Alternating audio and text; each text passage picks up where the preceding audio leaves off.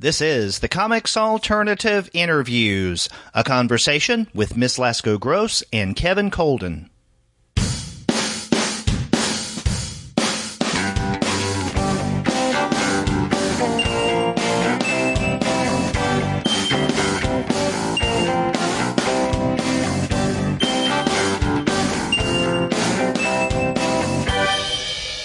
Hello and welcome to another episode of the Comics Alternative Interviews. I'm Derek.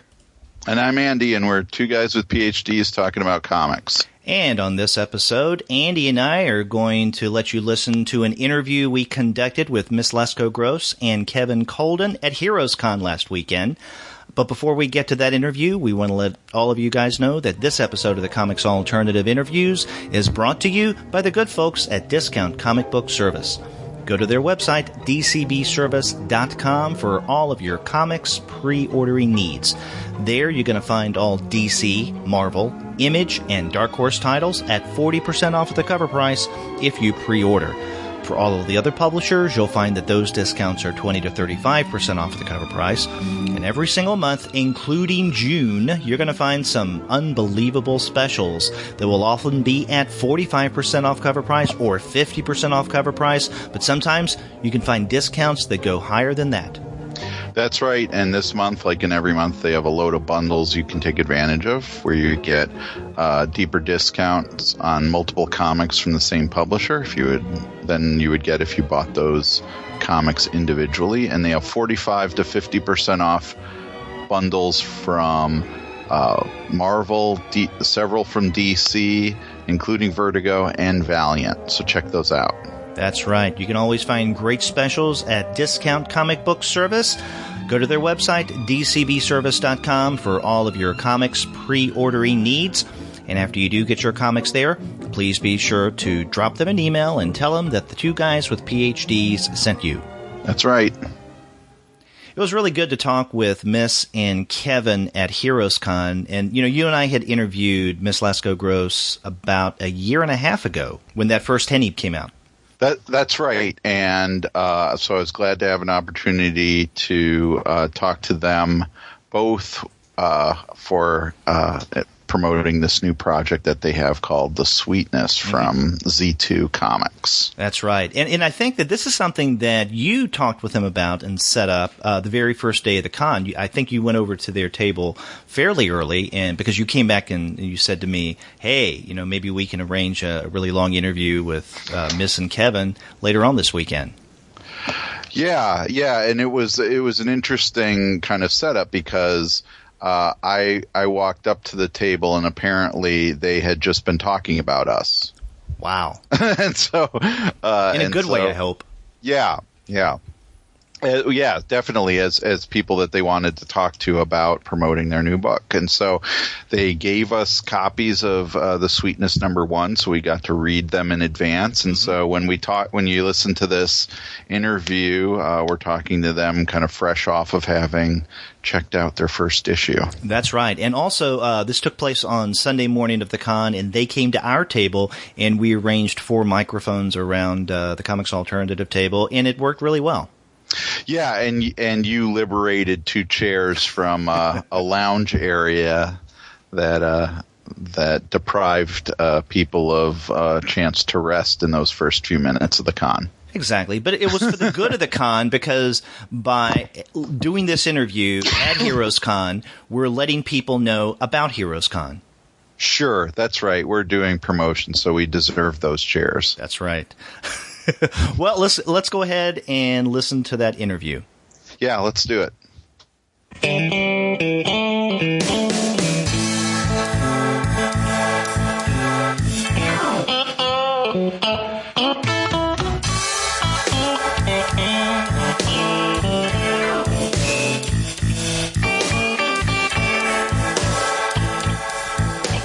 Andy and I are here at HeroesCon 2016. We're on the floor, and we're talking with Miss Lasko-Gross and Kevin Colden. Now, Miss, we talked to you about a year and a half ago, maybe 2 years ago on the podcast when the first Henny come out. Mm-hmm. And yet you've chosen to speak with me again. Exactly. Well, and I spoke with you briefly at SPX, but this is the first time that we have the Mary team here. So, Kevin, welcome to the Comics Alternative. Oh, thank you very much, Derek. I appreciate being here. And, Andy and I are going to be doing some interviews, brief interviews with a variety of people during the con, but we wanted to be sure to sit down with you. And, by the way, this is to set a context. Sunday morning, the last day of the con. Things are still relatively low-key here, but we wanted to talk with you for the longer haul about your brand new work, which is The Sweetness, issue number 1. And when is the release date of this? It was allegedly the 15th of June, which was Wednesday, but I believe it's going to be in stores on the 22nd now. So okay. It should be shipping next week, but probably in the past by the time anyone hears this, I would guess. So it should already be in stores. So essentially, you may get it, and you should. Yeah, you should run out right now and buy it. And it's coming from Z2 Comics, which is this... I don't know if this is the first periodical they've been doing, but it seems early. From what we've seen from their stuff before, they've been doing graphic novels and bound books, but is this a new thing for them to do periodicals? Yeah, this is, I would say we're part of the second wave of periodicals. We all started developing at the same time, but you don't want to flood 6 products. But yeah, I think Z2 is moving into a model of periodicals leading to collected graphic novels. Because I remember a few months ago they started to publish Carver. Yeah, I believe Carver was the first one. Yeah, and that's advertised in the back there. Yeah. So I think we're right in the second wave. We've actually been working on it for a year now, which is crazy lead time for any series at all.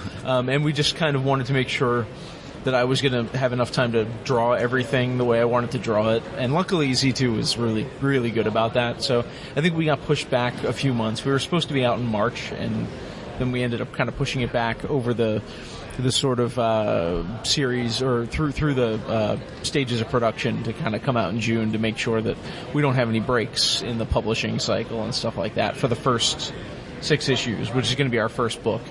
I think we're going to do the Image model where we're going to do maybe 6, 7, 8 issues a year and then publish them, and then I will be able to get some sleep and get kind of back into shape and not die basically. But it is very important that he has the amount of lead time, because he's drawing this really, he won't say it, I'll say it for him. It's just this spectacular Mobius inspired, gorgeous, wacky, sci-fi, highly detailed.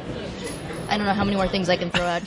Just like scrumptious. Mm-hmm. And if he had to hurry, I don't think it would have that level of excellence. Yeah, I have a tendency in my career to get very deadline focused, and this is the first project that I really feel like I can take every single second of time that I need to do it, and it's been fantastic. And I have a great script to work from too.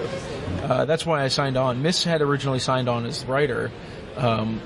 Back in, I guess, June of last year, right? Was when you first kind of pitched it and kind of signed the contracts and stuff. And then I read it and was like, okay, I read the first issue and was like, all right, I got to do this. I want to do this. This is the book that I want to do. So, I think you said, who has to draw this? Me. You know who else can draw this? Nobody. I might have said that. Okay, so let's get this straight. Now, originally this was a script that you had written. Mm-hmm. Had you been thinking of Kevin to do this from the beginning, or was this something, as you said, he read it and said, I have to do it? Well, I didn't think that he would have the time to do this, because we both are always spinning a lot of plates. But I mean, we certainly began our relationship working on a book together. Like, before we were romantically involved, we were doing a comic book together. That's how we met. So I definitely love his artwork, and we've collaborated on a few little things over the years. Yeah, this is sort of our first thing that anyone will have seen. We did a short story that was published once, maybe, back years and years ago. So much so that I don't even really remember it that well. So I didn't write it for him, but when he said he did it, I was really excited. Yeah. I didn't think that he would want to commit the time to this project. We're sort of the hive mind. It's sort of the family hive mind working on the project together. Because what we like to say is that between the two of us, we make one fully functional human being. And it's actually very true. So it's sort of like, in a way, it's like kind of taking the best of both of us. The fact, her intelligence and writing skill, and my whatever I bring to the table. I have no idea what I bring. A fabulous mustache. Yeah.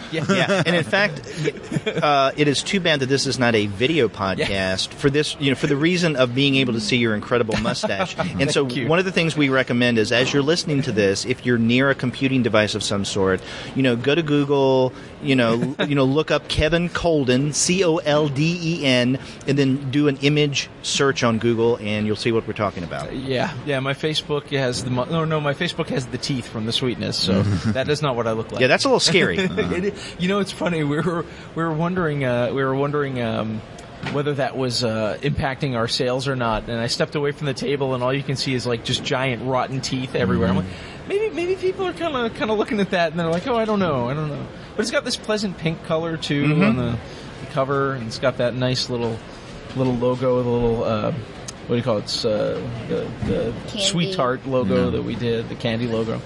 So I don't know. Maybe. But it's appropriate. It's sweet and it's nasty and it's corrosive, like us. Yeah. Before we get too far away from the book, could you maybe just give our listeners a pitch for what is the premise of this book? Okay, my crass pitch. If I was talking to someone, I'm like, all right, let me explain this in terms of something they already like. I would say Breaking Bad meets Star Wars. Okay. With two badass women drug smugglers in space. If I was being thoughtful, I would sit and write something that's a lot more well thought out and articulate than I could come up with now. Kevin? Yeah, that pretty much sums it. I have nothing to add to that, actually.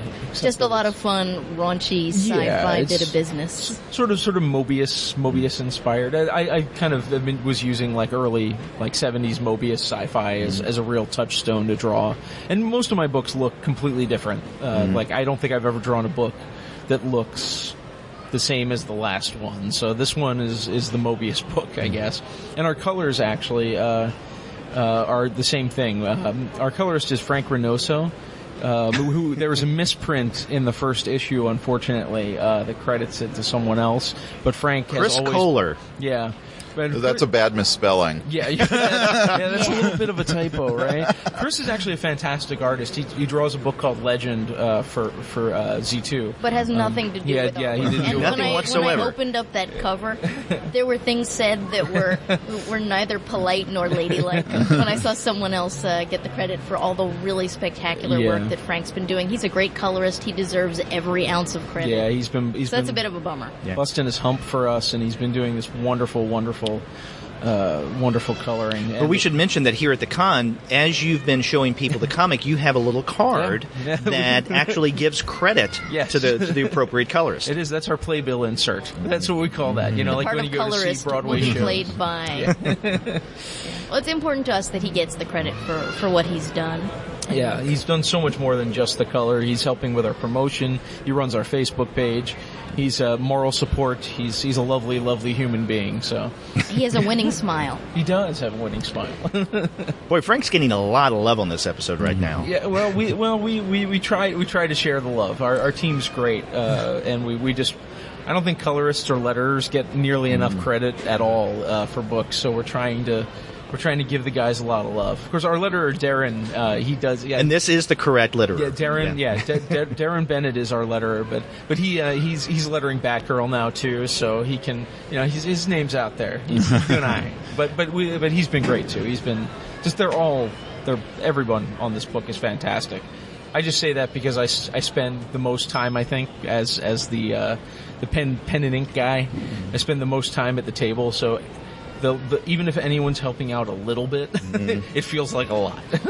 So, now you mentioned the meticulousness of the art, and I think that's showcased right away. I like the choice that you made to have a few silent or virtually silent panels pages right away, with only a couple word balloons to really, really highlight that art in this opening scene, which is one of those opening scenes that really kind of grabs you and leaves you with a lot of questions about where we're heading with this series. Well, we wanted to do something that was very much would draw you in and kind of set up the initial mystery and set it in an exotic location. As you can see, Metuchen, New Jersey, and that's the actual "Welcome to Metuchen" sign too. I was able to find that. But we just kind of decided to draw everyone in with our little sugar thing. I guess it doesn't really give it away because the third page you see the sugar. So yeah. Not a big reveal. Yeah. But as a writer, I'm definitely someone who believes in. You don't need to crowd every panel with words. You don't need to be excessively verbal to get your point across. Mm-hmm. And Kevin is an artist I trust to be able to, if I write a descriptive panel without dialogue, the mood, the body language, he will really capture it, and you can do a lot of your best storytelling without words. Mm-hmm. And you can talk to your audience very well without words. And that's part of the benefit of us working together in the same house, too, is that we can bounce stuff off of each other just out like... As you're working. Mm-hmm. Right. And we also know each other so well that, in a way, there's a lot that's unspoken. Like, I kind of knew what you wanted to see when I read the script, which is why I thought I should draw it. I'm like, I know what you want, how you want this to play, you know? Mm-hmm. Like, so instead of having to explain it to someone else, why don't I just draw it? Why not keep it in the family? Right, exactly. So now, after the first several pages that Andy referred to, then we're brought into, I guess, what will be the main storyline, or the protagonists that we see here. And we have a crew. It's a larger crew, but there seem to be three key people that are a part of this. There are two women, and the man's name is Bachman. Bachman, that's right. Hank Bachman. And he seems to be, how do I put this? Not comic relief, but a bit of a goof. He is, but he is sort of the insidious, like a passive-aggressive, slightly dangerous beta male, where he's very deferential when there's people who he sees as being above him around, but as soon as he's among people he sees himself as better than. His true vile spirit comes out. Yeah, but his the companions, the two women, seem to be the ones that, even if it's not displayed directly at times, the ones who, if they're not calling the shots now, I get a sense that they're going to be calling the shots here. I'll just nod and say, you're not wrong. Okay.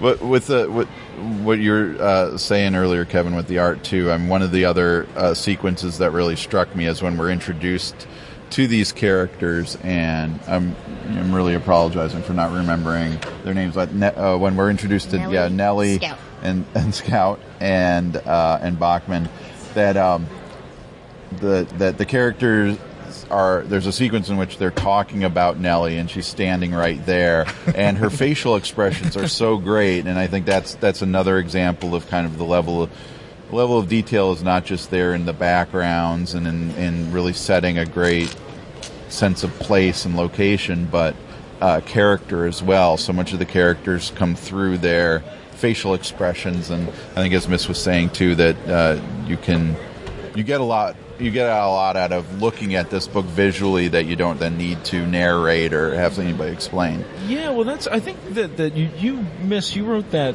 pretty deliberately because you knew that that's kind of one of my things. Like when my book Fishtown, which came out like 10 years ago now, almost.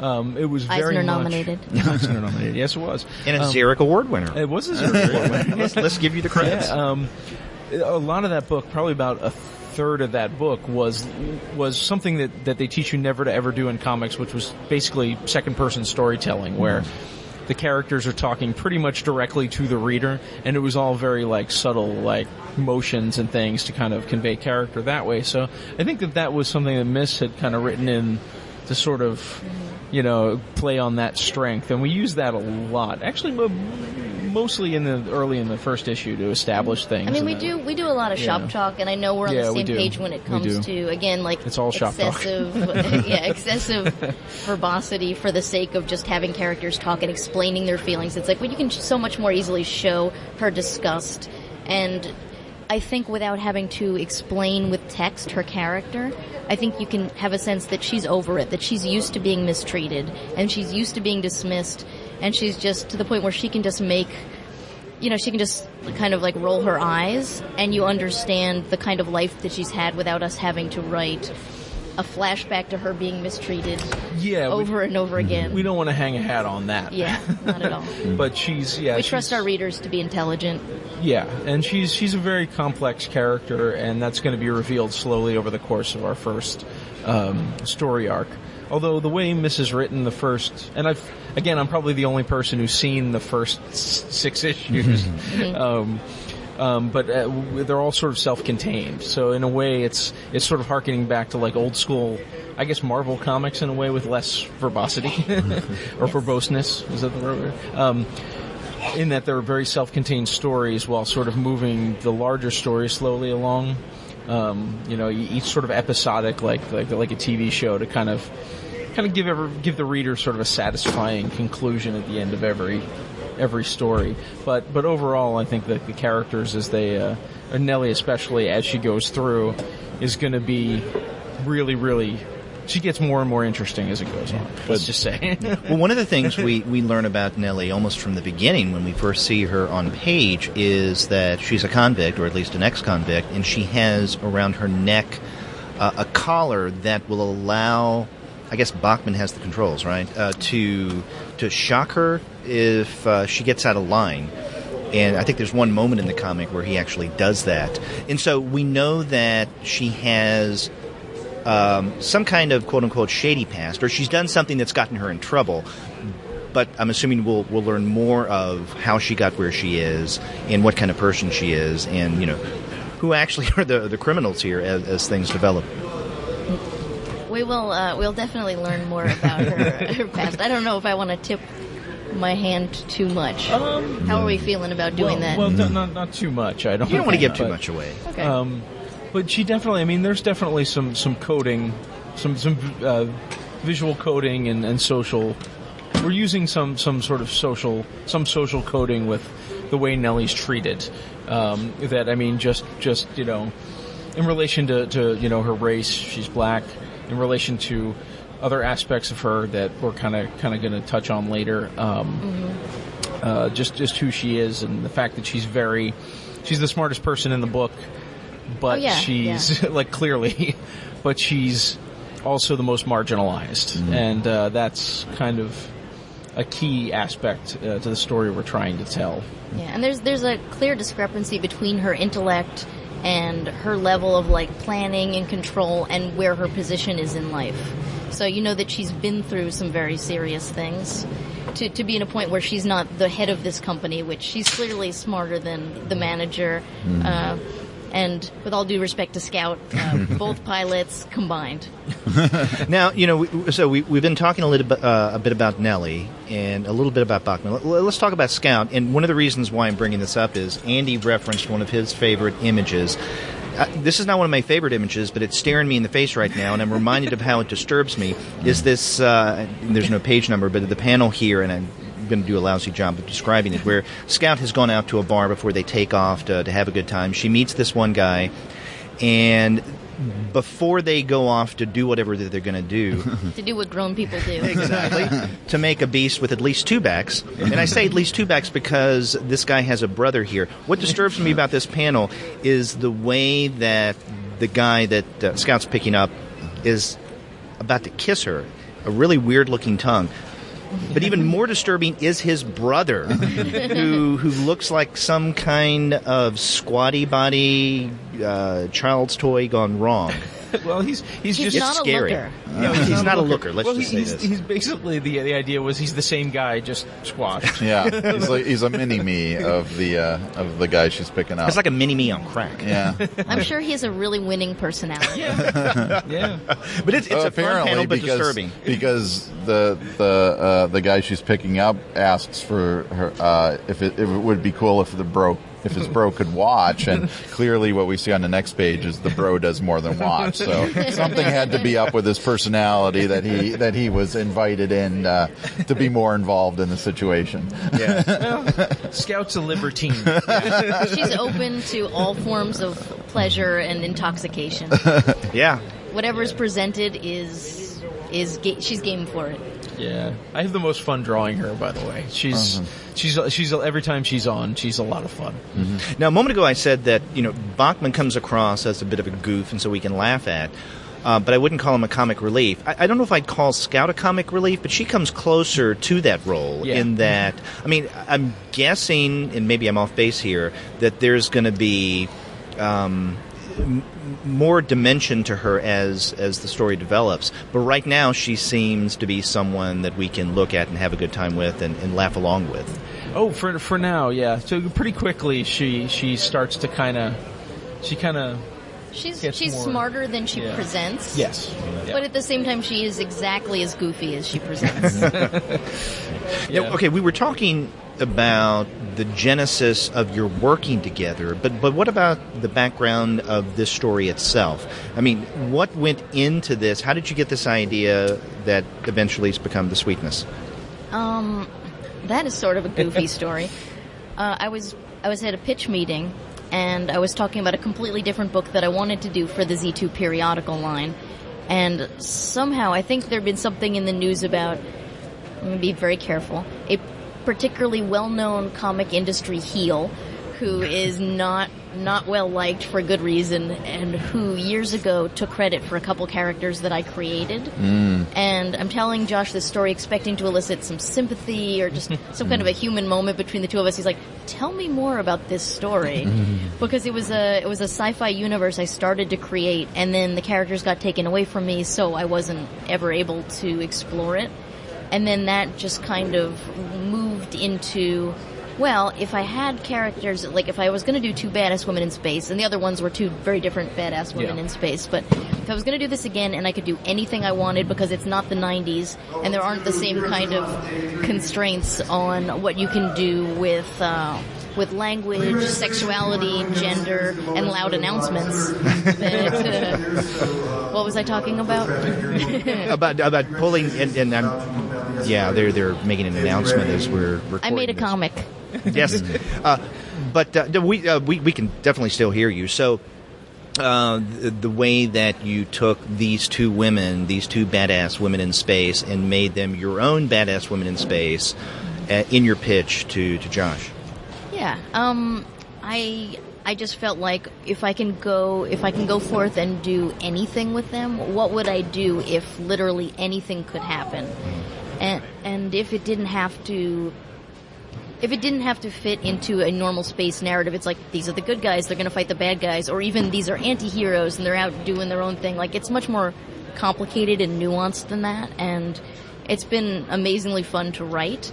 And I hope that the first 6 issues do well, because there's a lot more story. It writes itself. It's a lot of fun. Yeah, she was very, very sad when she wrote the last issue. Mm-hmm. Yeah. And you mean the 6th of the first arc? I'm sorry, okay. the 6th issue of this. The plan is for it to be an ongoing series, but what does that mean? If it's not selling enough, if we get the eyeballs, it'll keep going. Yeah. And I have so many terrible ideas, like deliciously terrible, not terrible. Well, I think you do a really good job in this first issue of world building, first of all, of giving us, and then, your reference to Moebius, I think, makes a lot of sense. Any readers who are familiar with, or listeners that are familiar with that's a good kind of representation of that world in a nutshell. But you do a good job of world building, you do a good job of character development while still leaving some kind of mysteries in place. So some things we don't know about what, for example, is Bachman smuggling. But also, in a sense, we get only little hints about maybe what the title means, right? Yeah. It's it's about sweetness. But it is very much a lived-in, beat-up, blue-collar universe.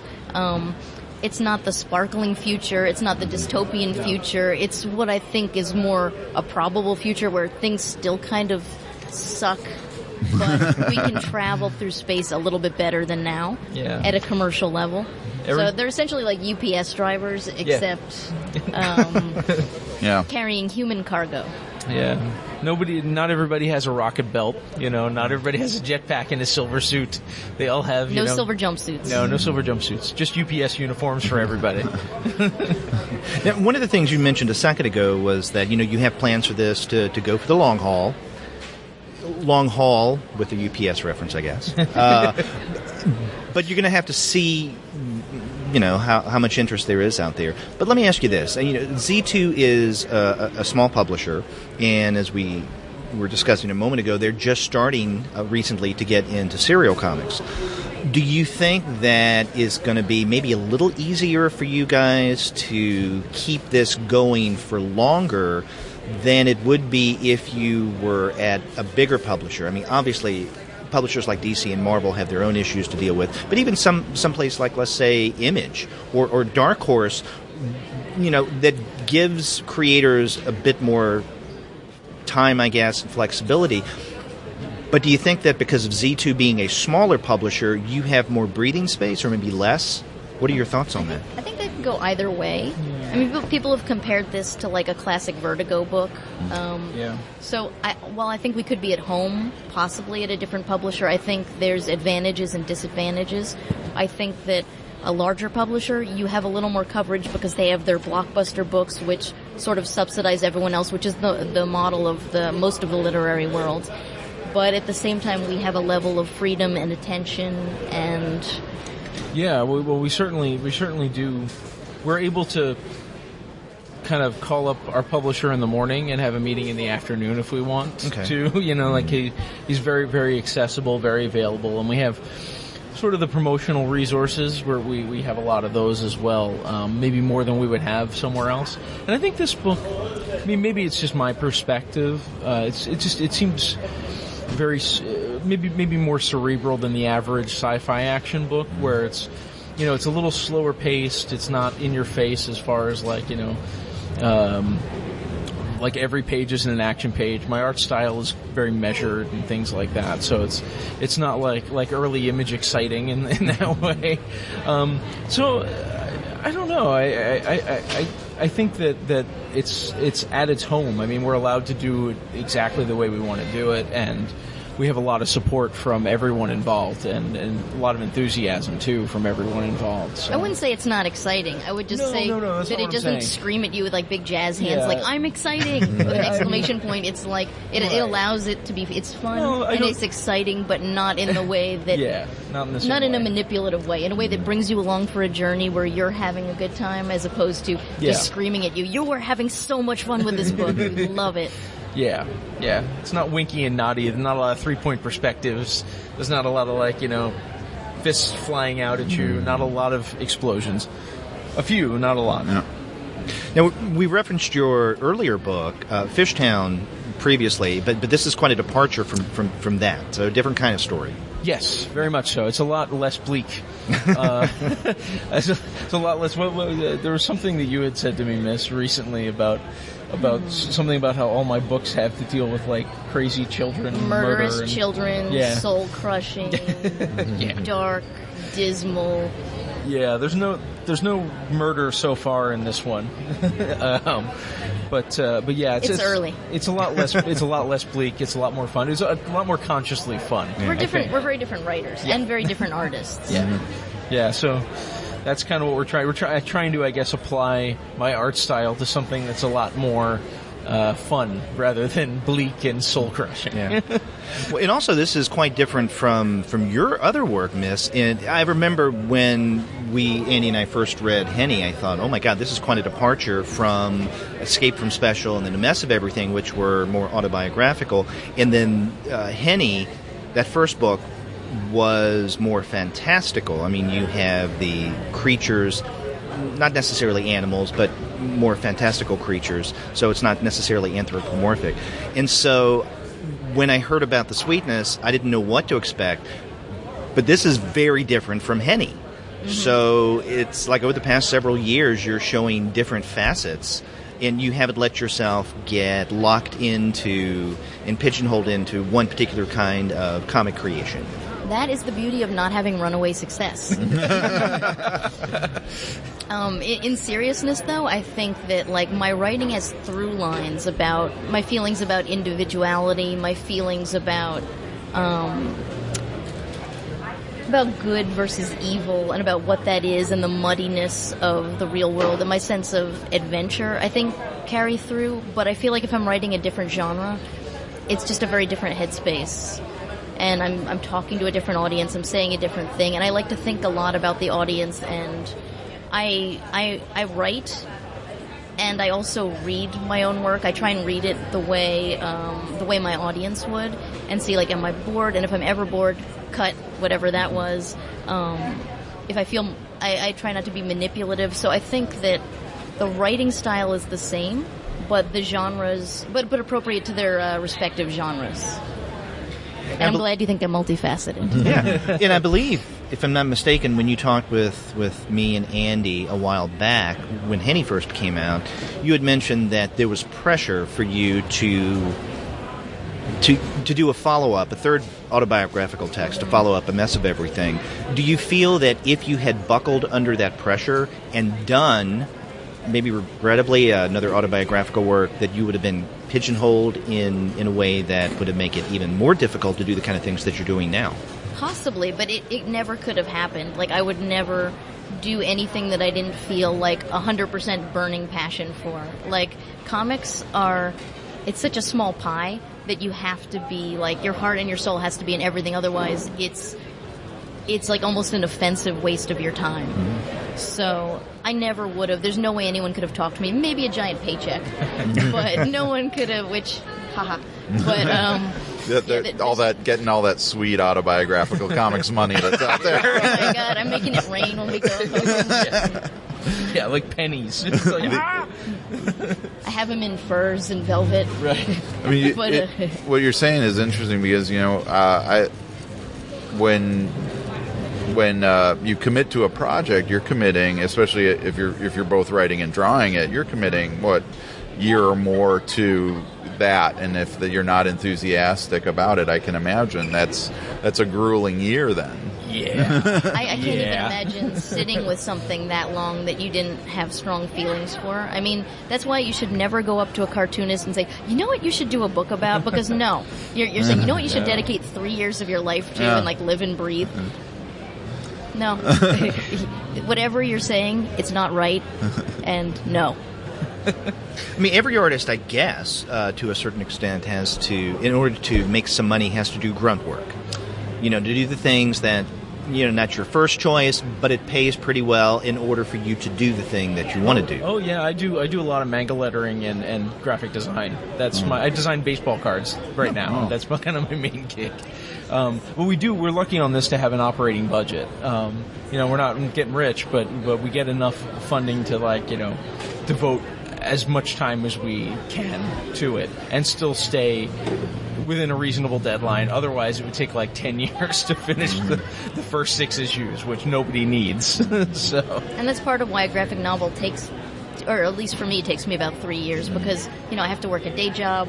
We have to take care of our son. We have a lot of other, we said, lots of plates spinning. Lots of stuff, yeah. At which Kevin made an emphatic gesture earlier of juggling, which you didn't get to see. I was hoping the sound of my hands whipping around would come through the microphone, but no. Again, too bad that this is not, in this instance, a video podcast. Okay, so the 6th issue of this should be coming out toward the end of the year? It should be November, I believe. Okay. November. Yeah. Okay. And then we should see a trade of this first narrative arc. I think it's coming out spring of next year. Was tentatively. Tentatively. Yeah. I don't think Z2 goes immediately into trades, but they may, depending on how well we do. For Runaway Success, I may never get to take a day off ever again in my life. And it sounds like that Z2's trying some new things here, so who knows what they may end up doing. Oh, yeah. So is the trade anticipated to come out before then issue 7? Or simultaneous with? Or? Maybe simultaneous. Okay. Maybe That's a good idea. Yeah, we haven't gotten that far yet. It involves a lot of speculation. Sure. Yeah. We're that's 8 months or more into the future. So. And before we go, we mentioned Henny. There's more Henny to come. There is. Correct? Henny 2 has been in the can for a bit. It's been in the can for about a year, actually. Yeah, I'm doing digital editing on it, and it's being kept out of the way of this. We're trying to space things so that everything can breathe. Yeah. But, so that may actually come before a second arc of the Sweetness as well. We're not sure yet, but that's tentative for next year. Is that right? yes, and then I have to write and draw Henny 3. Oh, wow. So I probably have another 200 pages to write and draw. Mm-hmm. Henny 2 is over 200 pages. Yeah, it's huge. So it's longer than, significantly longer than the first one. And she's been polishing it for a year. Like after the first draft, so there's been a lot of editing. And will I Henny might be a little bit obsessive about quality. And will it be a trilogy? Yes, it will actually be a trilogy, unlike my first autobio books, which were not a trilogy. But I will be asked about that forever. We'll get to it eventually, just not. I may for a write a little book bit. about myself again, but I'm not in a rush to draw my own stupid face again. Also, he says he'll divorce me if I get up to the point in the books where I meet him. And he's not kidding. Well, on that topic, I mean, I've noticed that in this interview, you guys have many times carried the conversation and going back and forth between the two of you. Is this the way you work at home? Yes. On Yes, the Sweetness? on the Sweetness, on our individual books too, a lot of, in some ways. We always run our stuff Always. by each other. Always. There's a lot of For us an in each edit. other's books. Although he's a little more open to me making changes. Like, he's like, oh, you can draw right on the page. I'm like, Yeah. I won't. Because to me, that's like personal sacred space. Yeah. But I'll draw on a separate piece of paper, like I'll thumbnail something. He's like, well, how are you envisioning this? Yeah. And he's made a lot of really interesting changes that I could never draw this book. Yeah. We kept Bachman around a little longer, I think, because of I how loved he looks. his character design. He was supposed to die really early, and then Yeah. I saw that terrible hair and that horsey face, and I'm like, all right, I think I have to write a little more for him. Yeah. So it was the hair and the horsey face that did it. It's just like he's such a type, like you just like, oh, he's punchable. Like I'm like, I need to keep him around. Yeah. Who did you model him on? Oh, he's Warren Zevon. I was reading a Warren Zevon biography at the time, and I'm like, oh, it sounds like he would, it sounds like kind of like this guy. Punchable Warren Zevon. Warren Zevon. I didn't know that that's where he drew the influence from, but yeah, that definitely inspired me to keep him around. And also the little dwarf character, the squashy, like I don't know what The I don't bro. know what exactly is wrong with him or what exactly he has. I don't know I just had either. it as like two guys who looked alike, and he drew it like and at first I balked, and I was like, why is he this squat guy that like is just hanging out in a bar like a potato with eyes? And I sort of fell in love with him, and in that scene where they're all in bed together, Yeah. I'm like, that's so charming, like I can't even argue. Yeah. So, And maybe you learned something about Kevin after him having drawn that. well, I know he likes little people because he's married to me. It's true. It's very true. I like to think I'm not a squashy potato person. No, you're not a In your squashy eyes. potato person. No. Okay. Well, I'm glad you're not that full of hate. No, I'm full of hate. No, I'm not full of hate at all. I'm full of love And bunnies. and bunnies. Well, Miss and Kevin, thank you both for being on the Comics Alternative. And great timing because it looks like they're starting to let the crowds in for Sunday morning. Yeah. Well, thank you guys so Yeah, much for thank you having guys. us. Yeah. Thank you for giving us a copy of the book to read, which we really enjoyed, Oh, yeah. and for stopping by. Thanks, guys. Thanks.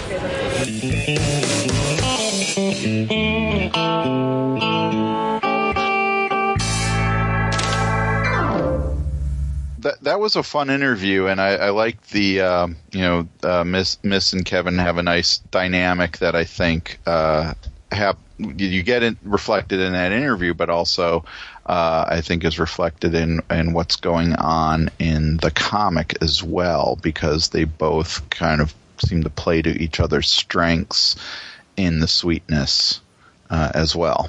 Yeah, exactly. And we even commented during the interview that once the two of them get going, it's almost as if they're having a conversation between the two of them, and we didn't need to say much.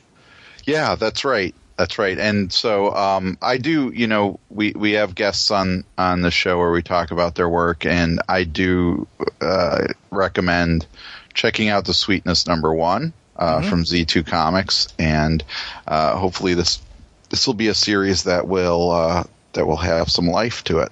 Exactly. And another reason to read The Sweetness is not only is it a good story by great creators, but in many ways you're going to be getting in on the ground floor of what Z2 has been doing over the past year, and that is putting out more serial comics. Yeah, that's a good point. Yeah. So be sure to check out The Sweetness by Miss Lasko-Gross and Kevin Colden, put out by Z2 Comics. And make sure you visit the website of our sponsor, Discount Comic Book Service, where you can find great deals, including one on issue #3 of The Sweetness that you can get right now at 30% off of the cover price. Only $2.79. Do it now. That right there is some sweetness on its own. Exactly. And after you do get your copy of Sweetness #2, get in touch with us and let us know that we were right about how good this series is. If you go to our website, comicsalternative.com, you'll find that you can leave us a voice message through SpeakPipe, which is easy to use. Or you can call us over the telephone. Our phone number is 415-3-COMICS. That's 415-326-6427. That's right. Or you can get a hold of us by email. We are two guys at comicsalternative.com. Or you can get a hold of us individually. I'm Andy at comicsalternative.com. And I'm Derek at comicsalternative.com. And you can also check out our Twitter feed where we announce new content to the podcast as well as updates to the blog. Our Twitter feed is at the #2 guys with PhDs. That's right. You can also find us on Facebook, Tumblr, Instagram, Google+, Goodreads, Pinterest, and YouTube. You can subscribe to the podcast through iTunes, and when you do, leave us a rating and review. You can also stream us on Stitcher, listen to us on TuneIn, find us on Spotify, and if you're an Android user, listen to us via Google Play Music. But you can find every single one of our episodes and the various reviews and the commentary that we post on our blog by going to our website, comicsalternative.com. That's right. All the ways to get a hold of us and let us know how we're doing. That's right. We'll be back soon with more interviews. But until then, I'm Derek. And I'm Andy. See ya.